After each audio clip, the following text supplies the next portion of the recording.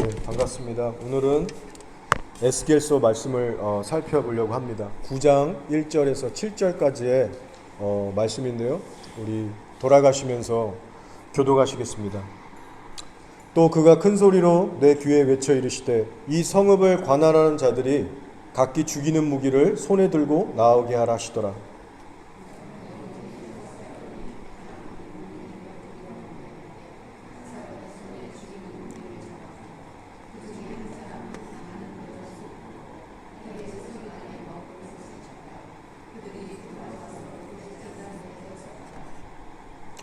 그룹에 머물러 있던 이스라엘 하나님의 영광이 성전 문지방에 이르더니 여호와께서 그 가는 베옷을 입고 서기관에 먹그릇을 찬 사람을 불러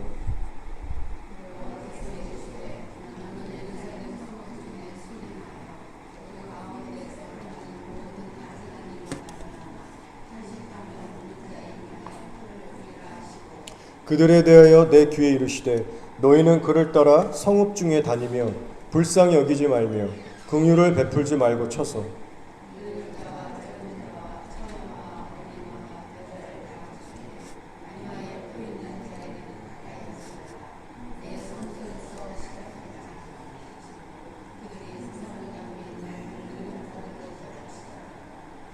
함께 마지막 읽겠습니다. 그가 또 그들에게 이르시되 너희는 성전을 더럽혀 시체로 모든 뜰에 채우라. 너희는 나가라 하시매 그들이 나가서 성읍 중에서 치더라. 아멘. 오늘 설교 제목은 성경 말씀 그대로를 따와봤습니다. 탄식하며 우는 자의 이마에 표를 그려라. 탄식하며 우는 사람들에게 하나님은 복이 있다라고 말씀하십니다. 그러면 나 역시 탄식하며 우는 사람인가? 우리가 진지하게 이 말씀을 묵상하게 되면 그런 고민을 해볼 수밖에 없는 그런 진짜 중요한 말씀인 것 같아요. 현재 저희들은 너무 좋고 편안한 나라에 살고 있습니다. 차 타고 좀만 나가면 공원도 나오고 바다도 나오고 우리 좀만 힘들면 여행도 갈 수 있고 카페에서 차도 먹을 수 있고 너무나 좋고 편안한 그런 땅에서 우리가 살고 있어요. 영적으로 물론 안 좋지만 전 세계 이 퍼센티지로 볼 때 뉴질랜드 같이 손꼽히는 그런 좋은 나라가 또 없습니다. 그래서 우리가 뉴질랜드에 산다는 것이 한편으로는 복이기도 하고 은혜고 분명한 감사거리예요. 그래서 여러분도 늘 감사 고백하고 계시겠지만 하나님 이런 좋은 땅에서 살게 해주셔서 감사합니다. 그런 고백들을 저 여러분이 늘 하고 있으실 겁니다. 그런데요, 우리가 이 땅에서 누리고 있는 어떤 것들에 대한 감사 말고요, 죄에 대한 애통함은 우리 안에 얼마나 있습니까? 오늘 에스겔서를 우리가 함께 읽었는데 하나님의 심판의 날이 이르렀을 때 모든 사람의 이마에 표가 박힌 게 아니에요. 이마에 표를 받는 기준이 뭐였냐면 죄에 대한 애통함과 탄식을 느끼고 있는 사람들만 따로 구별해서 표식을 그려라. 그들만이 살 것이다 라고 하셨습니다. 죄에 대해서 애통하는 자들만 이마에 표를 받고 구원을 받는다라는 너무나도 중요한 말씀을 하고 계세요. 신앙에 있어서 물론 감사도 중요합니다. 어떤 신앙의 즐거움이라든가 평안 분명히 중요한 부분들이에요. 항상 기뻐해라, 항상 감사하라 성경에서 분명히 말씀하는 것처럼 다 중요한 부분 맞습니다. 그런데 기쁨과 감사만 있고 죄에 대한 애통함은 없다? 죄의 문제에 있어서만큼은 우리 마음이 늘 편안하고 괜찮다. 만약 그런 사람이 있다면요, 그 신앙은 가짜일 수 있습니다. 그 사람이 말하는 내가 감사하고 기쁘고 즐겁다라고 하는 편안하다라고 하는 그것은 사실상 인간적인 감정일 수 있어요. 자기의 구원까지 심각하게 점검해야 되는 그런 상황일 수 있습니다. 제가 한 번은 어떤 영상을 보는데 일본 사람들이 나오는 영상이었어요. 기독교인들이 아니었습니다. 그냥 일반 일본 사람들이었어요. 근데 뭐 식사 자리에서 밥을 먹기 전에 아리가또 고자이마스 하면서 감사합니다 그 얘기를 하는 거예요. 뭐 눈을 감기도 하고 손을 모으기도 하고. 근데 사람한테 하는 고백이 아닙니다. 막연한 어떤 신적인 존재에게 하는 거예요. 맛있는 거 주셔서 감사합니다. 그리고 어떤 좋은 것을 뭐 받거나 누렸을 때 또 감사합니다 얘기하고, 어떤 위험한 사고에서 이제 다치지 않고 살아남게 됐을 때도 감사합니다 하고, 일이 잘 풀릴 때라든가 어떤 그런 상황들을 맞이할 때 왠지 모를 그 감사함이라는 마음이 그 사람들에게도 일어난다는 거예요. 무슨 말씀을 드리려고 하냐면 불신자들도 나름의 고마움을 느끼고 감사할 줄 안다는 겁니다. 자, 그런데 불신자들에게는 절대로 안 생기는 마음이 있는데 뭔지 아십니까? 바로 죄에 대한 애통함과 탄식이라는 거예요. 오늘 에스겔서에서 말씀하고 있는. 물론 타락한 양심이라도 있기 때문에 불신자들도 법을 어기거나 악행을 할 때 어떤 일말의 그런 죄의식, 죄책감은 느낍니다. 죄책감이라는 건 있어요. 그런데 본인의 악한 죄성을 느끼면서 야, 내 안에 이런 죄성이 있구나, 자기의 죄성을 바라보면서 탄식하고 울지 않습니다. 그건 불가능한 일이에요. 성령의 조명하심을 제대로 받아본 적이 없기 때문에 자기 존재 자체가 얼마나 사악하고 악한 자인지, 하나님 앞에 얼마나 자기 삶이 지금 하나님의 진노를 받고 있는지 감각이 전혀 없어요. 사람 안에 있는 죄성이 얼마나 악한지를 깨닫지 못합니다. 그렇기 때문에 애통함이라는 게 없어요. 성경에서 말하는 이 애통함이라는 것은요, 자기의 본성, 타락한 죄성에 대한 애통을 말하는 거지, 그것이 없이 그냥 뭐 거짓말한 죄, 누구를 살인한 죄, 뭘 한 죄, 이런 것에 대한 죄책감을 얘기하는 게 아닙니다. 그런데 우리 예수 믿는 자들은 다르죠. 성령의 빛을 경험했기 때문에 우리는 마음이 괴로울 수밖에 없어요. 은혜를 받아서 기쁠 때도 있지만 감사도 넘치지만 나는 참 악한 놈이구나 하는 생각마다 나는 이렇게 정말 지옥 갈 자구나, 도저히 가망이 없는, 소망이 없는 존재구나, 탄식이 나오고 절망하게 되잖아요. 더욱더 십자가를 붙들 수밖에 없는 그 절박한 상황으로 우리를 이끌어갑니다. 이 부분이 바로, 이 애통함이라는 부분이 바로 세상 사람들은 결코 이해할 수도 없고 공감할 수도 없고 모르는 영역이라는 거예요. 결론적으로 이 죄에 대한 애통함과 탄식은요, 사람이 정말로 예수님을 만났다라고 하는 증거 중 하나, 그 증거가 될 수 있습니다. 내가 정말 구원받았다라는 증거 중 하나가 될 수 있는 거예요. 여러분, 팔복 중에서 첫 번째와 두 번째로 언급되고 있는 복이 뭔지 아시죠? 감사의 복이 아닙니다, 여러분. 내 심령이 하나님께 감사함을 느낀다. 그거 감사의 복이 아니에요. 심령이 가난한 자는 복이 있나니 천국이 그들의 것이며 애통하는 자는 복이 있나니 그들이 위로를 받을 것이다.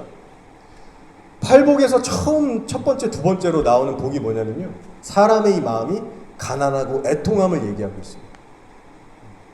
단순히 감사가 아닙니다, 여러분. 그래서 교회를 다니는 성도에게 소소한 감사거리는 있는데, 예를 들면 주님 잘 먹고 잘 살게 해주셔서 감사합니다. 우리 자녀들 다 잘 되게 해주셔서 감사합니다. 나 이런 괜찮은 건강 주셔서 감사합니다. 뭐 집 사게 해주셔서 감사합니다. 이런 감사의 고백들은 있는 거예요. 근데 거룩하게 살지 못하고 있는 나의 불경건한 삶에 대해서는 관심이 없고 마음이 아프지도 않고 괴롭지도 않다? 그럼 그 사람은 가짜일 수 있다는 겁니다. 심각한 문제가 있는 거예요. 여러분 가운데 혹시 그런 분이 계시면, 안 계시겠지만 하나님께 간절하게 기도하셔야 됩니다. 하나님, 성경에서 말하는 복은, 복 있는 자는 자기 죄 때문에 탄식하고 운다는데 하나님, 왜 나는 그렇지 않습니까? 하나님 앞에 간절하게 묻고 기도할 수 있어야 돼요. 내가 도대체 어디서부터 뭐가 잘못돼서 내 마음은 왜 안 그런지, 도대체 뭐가 문제인지 하나님 앞에 물어야 됩니다. 에스겔을 통해 분명히 알리시는 건 아무나 이마의 표를 받지 못한다는 거예요. 자, 이제 에스겔 시대의 배경을 잠시 설명드리자면, 바벨론의 침공을 여러 차례 받습니다. 여러분도 아시는 얘기죠. 이제 포로로 이제 잡혀가기 시작하죠. 침공을 당하고. 그래서 우리 에스겔 선지자 같은 경우에는 2차 포로기에 바벨론으로 이제 끌려온 그런 사람입니다. 그래서 적국인 바벨론에 머무르고 있을 때, 이스라엘에 머물고 있을 때 환상이 임한 게 아니고 적국인 바벨론에 있을 때 하나님께서 환상을 보여주셨어요. 오늘 말씀에 나온 내용들을 보여주셨던 겁니다. 시기적으로는요, 2차 포로기에서 3차 포로기 사이에 임한 환상이에요. 이 3차 침공을 앞둔. 그래서 이제 BC 587인가요? 586인가요? 그때 이제 망하게 되는데, 그 3차를 놔둔 2차, 3차 포로 시기에 봤던 환상이에요. 근데 이 환상의 내용을 보는데 너무 두렵고 떨리는 거예요. 좋은 내용이 아닙니다. 영화 장면처럼 실감나게 보여주시는데 무기 든 천사 6명을 보내셔서 정말 그 남녀노소 가리지 않고 유다 백성들을 잔인하게 살육하는 장면을 보여줍니다. 심지어 하시는 말씀이 이렇게 말씀하시는 거예요. 너희는 성전을 더럽혀 시체로 모든 뜰에 채우라. 죽이는 것만으로 끝나는 게 아니라 그 자기의 백성들의 시체를 성전 뜰에 갖다 놔서 성전을 시체로 채우고 더럽히라는 거예요. 하나님께서 얼마나 진노하셨으면 자기의 백성들도 잔인하게 죽이시고 성전까지 더럽히신다고 하시겠습니까? 이 정도로 유다 백성들의 죄악이 너무나도 부패했던 거예요. 에스겔의 마음이 얼마나 두렵고 떨렸을까? 여러분 한번 상상해 보시기 바랍니다. 하나님의 그 무서운 그 진노와 그 마음들, 탄식도 임했을 거고 감당이 안 됐을 것 같아요. 그럼 이스라엘이 왜 이런 심판을 받게 되는가? 이 남유다가 왜 이 지경까지 갔는가? 한마디로 죄가 너무나도 심했던 거예요. 넘지 말아야 될 선을 계속해서 넘은 거예요. 앞에 8장을 보면 우리 시간 관계상 다 읽지 않았지만 이유에 대해서 말씀하십니다. 제사장들과 이 장로라고 하는 오늘날의 이 종교 지도자들부터 다 썩은 거예요. 하물며 그 우상단지를 성전 안에까지 들고 들어와서 성전 룸 안에서 우상을 숭배하고 있고, 하나님 다 지켜보고 계십니다. 단무스를 섬기고 태양신을 섬기고, 근데 죄책감 하나 없이, 하나님을 두려워함 하나 없이 버젓이 그 짓들을 하고 있는 거예요. 하나님께서 하신 거는 에스겔아 일리 와봐, 그 영으로 감동을 시키셔서 그 환상으로 보여주신 거겠죠. 야 일로 와봐, 지금 이 장로들이 무슨 짓을 저지르고 있는지 봐봐. 성전의 한 구석탱이 룸을 보여주고, 야 이거 아무것도 아니야, 더 끔찍한 일들을 얘네가 짓고 있어, 일로 와봐 하면서 딴 데로 또 끌고 가셔서 또 거기서 죄 짓고 있는 사람들을 보여주시고, 성전을 싹 스캔하시면서 얼마나 이들이 지금 나에 대해 대적하고 범죄하고 있는지 그 범죄의 현장을 똑똑히 보여주셨던 거예요. 그 과정 속에 하나님의 영이 임합니다. 하나님의 분하고 탄식하는 마음이 에스겔에게 막 임하는데 하나님의 마음이 전이 되는 거죠. 하나님이 치셔도 할 말이 없을 정도로 전부 타락한 거예요. 뼈저리게 그것을 에스겔은 보고 느꼈습니다. 그러므로 나도 분노로 갚아 불쌍히 여기지 아니하며 긍휼을 베풀지도 아니하리니 그들이 큰 소리로 내 귀에 부르짖을지라도 내가 듣지 아니하리라. 하나님의 말씀하시는 거예요. 보여주시면서 이 심판은 확정됐어. 더 이상 자비가 없어. 난 이제 분노를 쏟을 거야.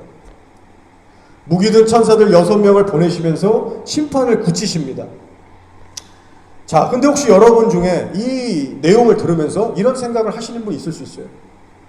야, 쟤네 유다 백성들은 해도 너무했다. 어떻게 하나님의 은혜를 입은 백성들인데 우상들을 성전 안까지 들어와서 죄를 범할 수 있나? 해도 너무한 거 아니야? 우상 숭배라도 밖에서 좀 하지, 성전 안에까지 들어와갖고 저러고 있나? 너무했다라고 우리가 그렇게 생각할 수 있어요.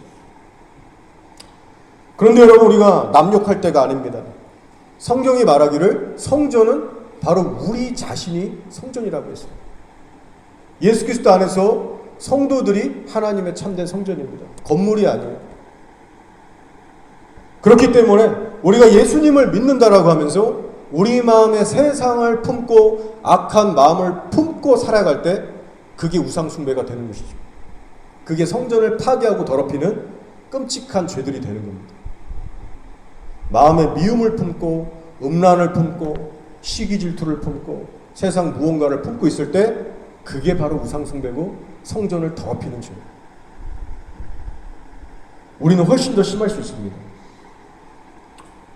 그래서 바울이 골로새서 3장 5절 6절에서 이렇게 경고하잖아요. 그러므로 땅에 있는 지체를 죽이라. 곧 음란과 부정과 사욕과 악한 정욕과 탐심이니 탐심은 우상숭배입니다. 이것들로 말미암아 하나님의 진노가 임하느니라. 하나님의 진노를 부르는 탐심과 정욕, 교만, 음란 뭐가 됐든 그것들과 죽도록 싸워야 된다. 땅에 있는 지체를 죽여라. 교회 성전들에게 하시는 말씀이에요. 우리가 에스겔 시대에 그 하나님의 진노를 받았던 유다 백성들하고 똑같은 처지가 될 수 있습니다. 성전이라고 하는 우리의 은밀한 심령에 지금 무슨 일이 벌어지고 있는지 하나님 지금 다 지켜보고 계십니다. 우리끼리는 다 숨기고 덮을 수 있지만 여러분 안에 무슨 생각을 품고 살고 있고 어떤 마음이 한켠에 있고 틈만 나면 붙들리는 그 마음과 생각이 뭔지 하나님 다 지켜보고 계세요.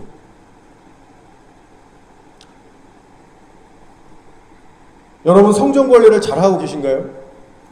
우리가 하나님의 성전된 우리의 영혼 몸을 정말로 잘 보존하려면요 반드시 자기 자신과 싸워야 됩니다. 여러분 자기 자신과 늘 치열하게 싸우고 계십니까? 하루에 수십 번씩 어쩌면 100번 이상 그 이상 반복해서 들어올 거예요. 특별히 각 개인에게 취약한 부분들 사단이 너무나도 잘 알고 늘 공격해오는 그 부분들 돈 문제가 될 수 있고 음란의 문제가 될 수 있고 어떤 교만이나 미움이 될 수도 있죠. 사단은 계속해서 여러분의 영혼 몸을 더럽히기 위해서 죄들을 계속 가라지들을 뿌릴 거예요. 여러분 그거를 일일이 쉬지 않고 계속해서 허용하지 마셔야 됩니다. 그게 떨어져서 생명의 어떤 열매로 계속해서 그것이 장성하면 그러다 죽는 거예요.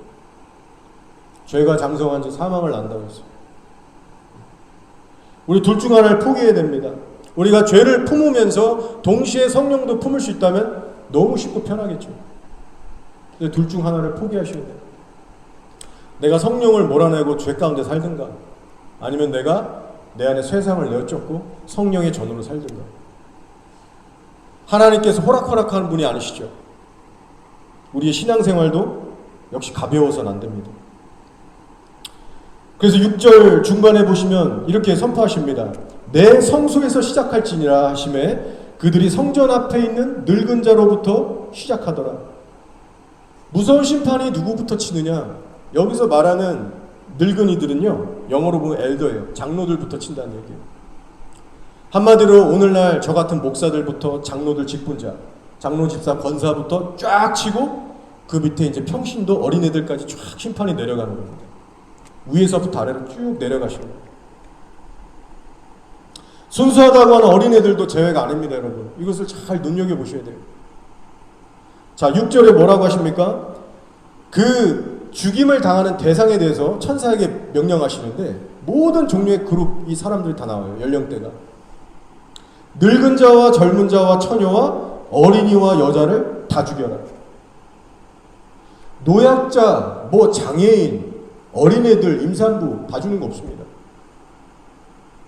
어린이를 다 죽이라는 거예요. 죄의 문제 앞에서는 여러분 나이가 중요하지 않습니다. 조사에 의하면요 애들 나이가 6살만 돼도 선과악이 뭔지 그리고 하나님의 존재를 인식할 수 있는 능력이 생긴다라고요.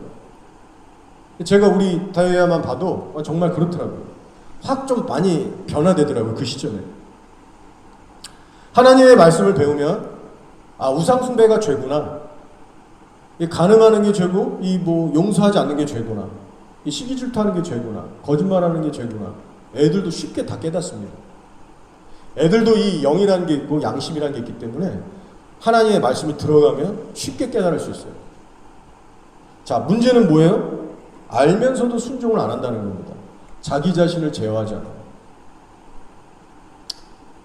자, 보통 애들은 순수하다는 표현을 우리가 씁니다. 어린이 이퀄 순수, 순수함, 이런 어떤 공식적인 마인드를 우리가 갖고 있어요. 애들은 순수하다. 근데 정말 순수하면요, 티끌 같은 죄를 져도 정말 가슴 아파하면서 찔려하면서 그거를 안 해야죠. 정말 울면서 회개하고 정말 그걸 안 할 수 있는 그런 괴로움이 있어야 되잖아요. 근데 그런 애들이 거의 없습니다, 여러분. 순수하다라고 하는 애들을 잘 보세요. 저희 애들도 마찬가지지만 뭔가 잘못을 지가 분명히 했는데도 자기 잘못을 순순히 시인하는 것도 대부분 다 하기 싫어하고 안 합니다. 꼭 매를 들고 큰 소리를 쳐야 그때 가서 울먹으면서 잘못했다라고 얘기하고 억울하고 분해요. 주도권을 조금만 뺏겨도 눈빛이 그 애들이 바뀌어요. 7살, 8살만 돼도 눈빛이 바뀌고 말투가 변하고 행동이 변하고 어른들하고 똑같습니다. 순수하다라고 하는 애들 마음에 죄에 대한 애통함과 탄식이 없습니다. 여러분, 순수하다고 하는 애들한테 예수님에 대한 목마름이 있습니까? 애통함만 없는 게 아니라 목마름도 없어요. 하나님에 대한 목마름도 없어요.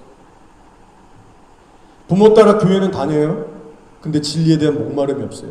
그 증거로 교회를 엄마 아빠 손 붙잡고 1년, 2년, 3년, 수년을 교회 다녀와서 설교도 듣고 찬송도 부르는데 영적인 배고픔이 없어요. 자라나질 않아요, 영적인. 근데 어때요? 장난감, 게임, 인터넷, 연예인, 세상의 인기, 세상 것들에 대해서 눈의 불을 밝히고 얼굴 표정이 변해요. 무섭도록 빠져들고 무섭도록 그것을 정말 불타오릅니다. 그 욕심이. 걷잡을 수가 없어요.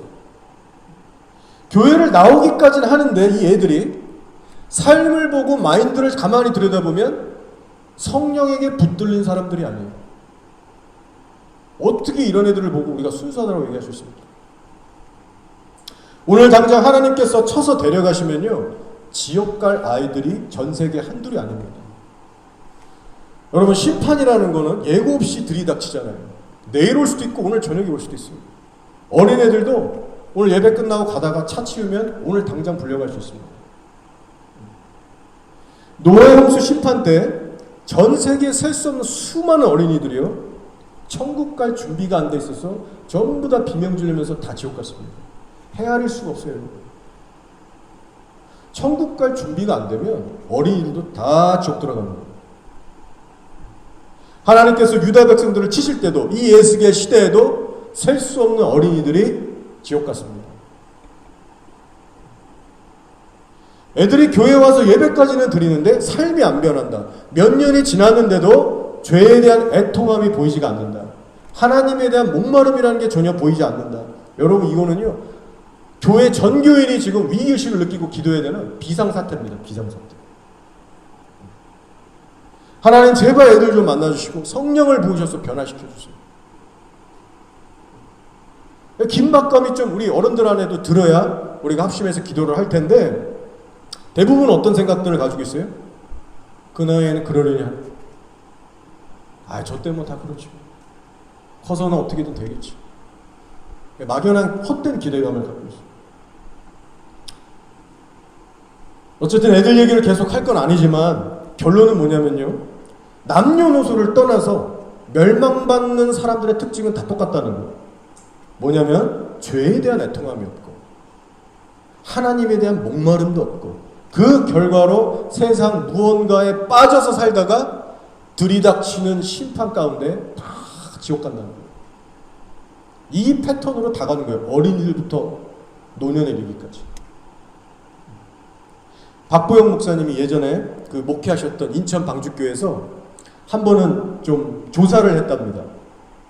부흥이 막 되니까 막 전국에서 성도들이 이제 꾸역꾸역 밀려온 거예요.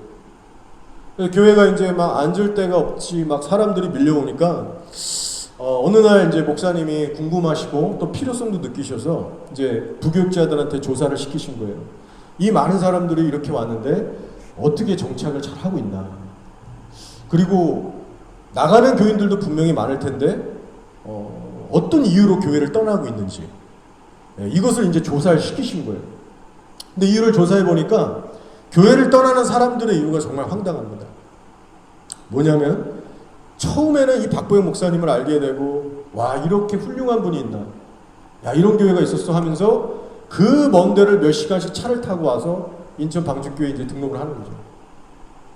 회개해라, 좁은 길 걸어가야 된다, 순종해라, 이 메시지가 너무 좋아서 온 거예요. 그런데 조사를 해보니까 대략 2년 정도라는 시간이 딱 차고 나니까 그 좋았던 메시지 때문에 왔던 사람들이 그 메시지가 싫어져서 교회를 다시 떠난다는 거죠. 맨날 하는 소리가 그거밖에 없냐, 맨날 회개고 맨날 순종이고 맨날 심판 얘기냐, 딴 얘기 좀 해라. 그렇다고 그 사람들의 그 성도들의 삶이 변화됐는가, 성화됐는가? 그것도 아니래요. 근데 자기들의 삶이 성화가 안 되는데 계속해서 그런 얘기를 들으니까 기분 나쁘기 시작합니다. 부담스러운 거예요. 그래서 이 교회는 더 이상 안 되겠다. 어느 교회로 다시 돌아가냐면 예전에 그 편안하고 부담 없는 메시지를 전했던 그 회개를 촉구하자는 그런 교회들로 다시 돌아간다라는 결과가 나왔어요. 그 얘기를 듣는데 저는 이런 생각을 했습니다. 이들 중 과연 몇 명이나 진짜일까? 정말 하나님을 만난 사람들일까? 이들 안에 애통함이라는 게 정말 있었을까? 있었다면 이러지 못했을 텐데. 죄에 대한 탄식이 있고 애통함이 있었다면 오히려 이런 교회를 반기고 기뻐하고 머물렀을 텐데 이 사람들 정말 진짜였을까? 저는 에스겔을 묵상하면서 제가 깨닫게 된 것이 뭐냐면 하나님께서 바벨론의 죄를 보여주신 게 아니라요, 이스라엘의 죄, 하나님의 교회의 죄를 보여주셨다는 거예요. 적국에 있는 바벨론에 있는 그 에스겔에게 바벨론의 죄를 보여주셨습니까? 아니에요. 유다의 죄를 보여주셨어요. 성전 곳곳을 보여주시면서 봐라, 이스라엘의 숨은 죄가 이렇게나 가증하고 많다. 장로들의 죄가 이렇고 백성들의 죄가 이래. 세상 사람들의 죄를 계시하신 게 아니고 교회의 은밀한 죄를 계시하셨다는 거예요. 그리고 가슴을 치게 하시는 거예요. 여러분, 우리가 하나님께 구해야 될 진정한 계시는요, 내 영적 상태에 대한 계시입니다. 이것을 우리가 받고 인도함을 못 받으면서 세상에 무슨 악인들의 그 은밀한 행각들, 악인들이 얼마나 지금 엄청난 악한 일을 꾸미고 있는가, 어떤 악인들의 죄에 대한 계시만을, 여러분 그거는 진짜 계시가 아니에요. 교회의 영적 상태에 대한 계시, 우리 성도들이 얼마나 성전된 내 영혼 몸을 더럽히고 있나, 그러면서도 못 깨닫고 있는 이 죄악상들, 바로 교회의 죄, 성도의 죄에 대해서 하나님께 우리가 간절히 기도할 필요가 있어요. 우리들의 죄가 발견되고 심각하게 여겨질 수 있도록 하나님의 조명과 인도하심이 필요한 겁니다. 자, 그래서요, 올바르고 건강한 신앙생활을 하기 위해서는 세상의 죄들이 아니라 우리의 죄들을 먼저 볼 수 있어야 됩니다. 여러분, 이 방향으로 신앙생활을 하고 계신가요? 지금 나라적으로 많이 어렵고 전 세계가 말세이기 때문에 우리 유튜브 같은 거 접하면서 우리의 온 관심이 거기 가 있을 수 있습니다. 근데 여러분, 진짜 하나님의 선지자들, 하나님과 가까웠던 사람들을 조사해보면요, 자기 죄, 교회의 죄 때문에 가슴 치고 울었던 사람들이 빠삭하게 무슨 세상이 어떻게 돌아가는가 이거에만 막 맨날 조사하고 알리고 하는 사람이 아니고 정말 자기 죄, 세상 죄 때문에 울 수 있는 사람들이더라고요. 그것이 정말 확 차이가 납니다. 자, 하나님께서 오늘 말씀을 보니까요, 이마에 표를 그려라고 하세요. 여기서 이 표라고 하는 단어가 한국말로 하면 표지만 히브리 말로 보면은 타브라고 합니다. 타브.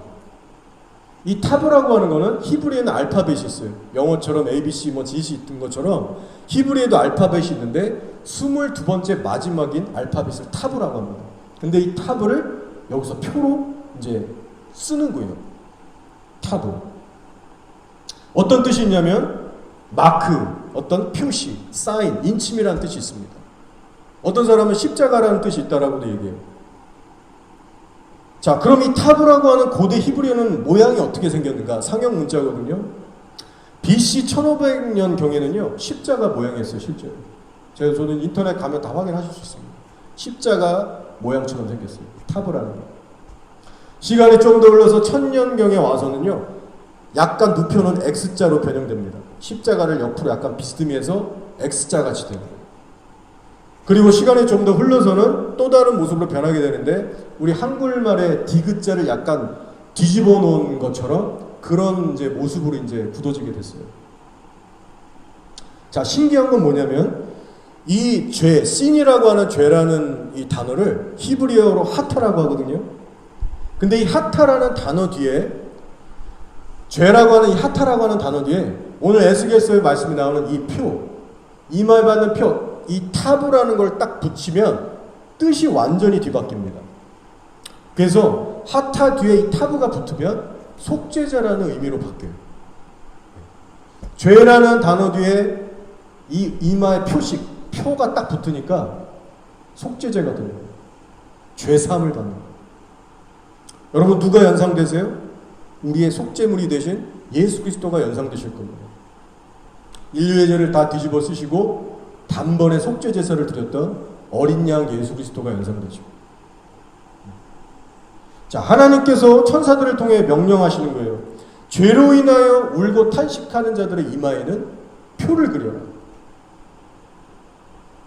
십자가 모양인지 X자인지 그 타브라고 하는 것이 어떤 형상을 띠고 있는지 우리는 100% 알 수가 없어요. 그러나 죄인들의 이마에 타브가 그려진다. 그 표식이 딱 박힌다. 그럼 영적으로 어떤 의미가 있겠습니까? 바로 확실한 구원의 보장, 죄사함의 은혜, 구원의 인치심을 의미하고 있어요. 그런데 여기서 중요한 건 죄에 대해서 울고 탄식하는 자들에게만 타브를 그리라고 하셨습니다. 분명한 기준점을 주셨다는 걸 여러분 잊지 마세요. 사는 땅이 유다 땅이고 속한 지파가 유다 지파라고 해서 그들 모두가 이마에 타브를 받은 게 아니에요. 성도라는 타이틀만 있다고 해서 무조건 이마에 표를 받습니까, 여러분? 그렇지 않다는 걸 오늘 여러분이 계속해서 확인하셔야 돼요. 이제 가슴에 새겨져야 돼요. 하나님 앞에 범죄하기를 두려워하고 죄에 대해 싸우고 울고 하는 그런 사람들만 추스려서 그들의 이마에 타브를 받고 확정을 하시는 겁니다. 인치시는 거예요. 여러분, 우리의 신앙을 돌아보길 원합니다. 오늘 이 말씀 앞에 그럼 나는 이 표를 받을 만한 신앙생활을 하고 있는가? 나는 하나님이 보시기에 정말 선택된 이런 자들인가? 여러분, 이거 고민 없이 지나갈 수 있어요? 저는 두려운 마음이 들기도 합니다. 이 설교를 준비할 때도 참 하나님께 애통한 마음 나부터 좀 부어주시라고 하나님께 정말 좀 기도하면서 그렇게 준비하게 됐고, 솔직히 걱정이 될 때가 있어요. 제 안에 자꾸만 세상 무언가에 마음이 가고 그게 제어가 안 돼서 막 스트러글링 할 때, 아니 목사로서 내가 이 마지막 때에 이런 것 갖고 내 마음이 이렇게 깨져도 되나? 지금 애통하고 슬퍼하고 부르짖어야 할 텐데 내 마음이 이렇게 나뉘어도 되나? 아, 나는 이마에 표를 받을 사람인가? 하나님 앞에 솔직히 두려울 때가 있어요. 그래서 막 저도 나름 노력하면서 이러다 정말 큰일 나겠다, 하나님 앞에 더 기도도 하고 몸부림치고 있습니다. 여러분은 어떠십니까? 죄에 대한 애통함이 정말 있으세요? 지금 교회 배도 시대가 어느 정도 지금 부분적으로 다가왔고요. 이미 많은 교회들이 지금 뭐 교황으로 비롯해서 많은 교회들이 지금 복음에서 떠나서 하나님을 대적하고 있습니다. 앞으로는 더 심할 거예요. 어둠이 전 세계를 덮어가는 이 정말 악하고 절망적인 시대가 다가오고 있는데, 이런 시대를 살아가는 우리 성도로서 우리 정말 얼마나 애통하고 탄식하면서 우리 하루하루를 살아가고 있냐는 겁니다. 극심한 핍박이 있는 저 북한 땅에 있는 성도들, 무슬림권에 있는 그 성도들보다도요, 우리는 훨씬 더 몸부림을 쳐야만 합니다. 왜 그래요? 편안한 땅에 살고 있기 때문에.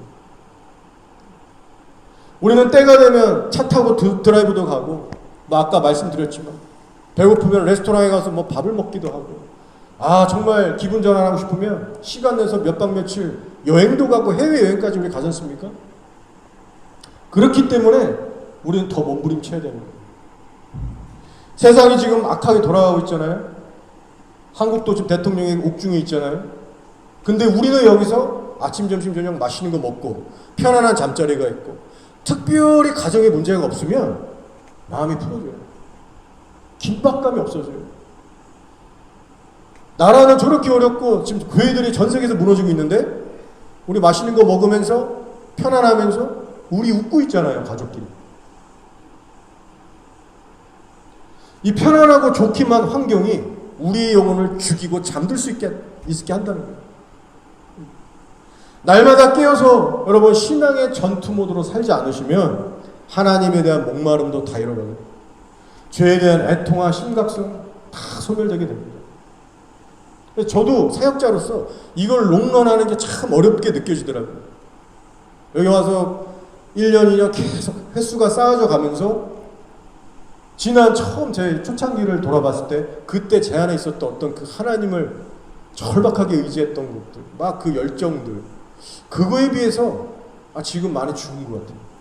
근데 이거를 더 끌어내고 유지하고 깊이 하는 것이 쉽지 않더라고요.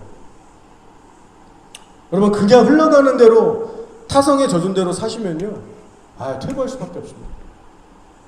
시대는 점점 더 악해져가고 점점점 여기서 우리는 편안하게 살고 있고 여러분 신앙에 챌린지가 없는 이 환경이 너무나도 위험한 거예요.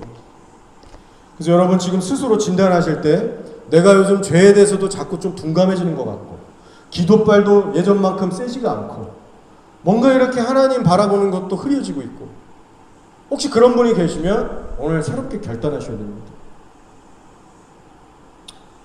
말씀을 정리하고 마치겠습니다. 분명한 건 구원은 믿음으로 받습니다, 여러분. 믿음으로 받는 건 맞아요. 그런데 오늘 에스겔서 말씀과 여러 가지를 종합해 볼 때 죄에 대한 탄식과 애통함이 없는 믿음이라고 한다면 가짜일 수 있습니다, 여러분. 소소한 감삭거리는 고백이 되는데 나의 불순종한 이 삶에 대해서 애통함이 없고 정말 몸부림이 없고 싸워나가는 그런 모습이 없으면 가짜일 수 있습니다, 여러분. 우리가 정말 두려워하고 걱정해야 할 것은요 하나님 앞에 서게 될 나의 심판의 날입니다. 그 심판의 날에 과연 내 신앙을 하나님께 인정받을 것인가, 표를 받고 인치심을 받게 될 것인가, 이것보다 더 두려운 일이 있습니까? 앞으로 우리나라가 어떻게 될까? 참 걱정된다. 저 악인들이 우리 교회를 얼마나 핍박할까? 우리 삶이 얼마나 어려워질까? 물론 나라 걱정도 하고 기도도 해야 되고 다음 세대도 걱정해야 되지만 가장 시급하고 중요한 건요 바로 여러분이 하나님 앞에 지금 서게 될 날이 온다는 거예요. 심판의 날이 가장 중요한 겁니다. 악인들 걱정을 하나님께 맡기세요. 하나님이 알아서 다 심판하실 거예요. 야고보서 4장 9절 말씀입니다. 슬퍼하며 애통하며 울지어다. 너희 웃음을 애통으로 너희 즐거움을 근심으로 바꿀지어다. 교회들에게 말씀하십니다. 너희의 죄로 인해서 내 앞에서 울 수 있어야 되고 애통해야 할 수 있어야 된다. 세상의 즐거움을 근심으로 바꿀 수 있어야 된다. 그러면 이게 끊임없는 자기 부인과 싸움이 없이 되겠습니까? 성령으로 사로잡히지 않으면 이게 되겠어요? 계속해서 타협하고 변질돼 가겠죠. 자, 요한계시록을 보시면 14만 4천의 의인들을 따로 구별하시면서 그들의 이마에도 표를 인치시는 장면이 나옵니다. 성경에 나오는 대표적인 이마에 표를 박는 에스겔서와 계시록의 말씀들이에요. 자, 이 14만 4천의 의인들을 구별하시면서 이들만큼은 건들지 마. 파괴 천사들을 환란의 시대에 보내셔서 하늘과 땅, 이 모든 숲을 다 태우고 이제 멸하실 때 이마에 표를 받은 24만 4천은 죽이지 마, 살아날 거야, 건들지 말라고 명령하세요. 에스겔서랑 똑같아요, 싱크로율이. 자, 그 14만 4천에 대해 말씀하시기를 이렇게 평가하십니다. 계시록 말씀이에요. 이들은 어린 양만 따라가는 자들이고 그 입술에 거짓이 없고 정결한 자들이다. 어린 양 예수가 어디를 가든지 어린 양만 따라가는 자들이다라고 하나님께서 인정을 해주시는 자들입니다. 이 말씀을 에스겔서 말씀하고 같이 봐주셔야 돼요. 하나님께서 에스겔 시대에 인정하셨던 죄로 인해서 울고 애통하는 자들은요, 실제로 예수님, 하나님만 따라가는 자들이었다는 거예요. 죄와 치열하게 싸우고 실제 행함이 있는 자들을 통해서 일컬어서 죄에 대하여 애통하고 탄식하는 자라고 말씀하신 겁니다. 두 말씀을 같이 묶어서 보셔야 돼요. 그렇기 때문에 죄에 대한 애통과 탄식이라는 감정, 그 감정으로만 끝나면 안 되고요, 어린 양을 실제로 따라가고 섬기는 순종의 회개 열매로 이어져야 됩니다. 이것이 공통점이에요. 세상에 물들지 않고 섞이지 않으려는 죄와의 치열한 싸움이 있을 때, 대가지불이 있을 때, 그리고 승리에 대한 열매들이 있을 때, 그 성도들을 이마에 표를 주신다는 거예요. 최소한 우리가 십자가의 강도처럼 바로 죽어서 가는 게 아니라 이 땅에서 그 유혹의 세상에서 수년 수십 년을 살잖아요. 그런 자들을 얘기하는 거예요. 실제 삶에서 성령과 동행하셔야 됩니다. 여러분 이제 예배 후에 삶으로 돌아가실 텐데 무엇보다 하나님의 성정된 여러분의 영혼, 몸을 거룩하게 지켜내시기를 축복합니다. 하나님의 성전은 바로 여러분 자신이라는 것을 오늘 말씀을 통해서 다시 한번 깨달으시고 늘 성령 안에서 깨어 기도하시면서 영적으로 죽어가지 마시기 바랍니다. 하나님 앞에 영을 깨우고 간절하게 기도하고 순종의 훈련을 하셔서 힘차게 계속해서 전진하시기를 주의 이름으로 축복합니다.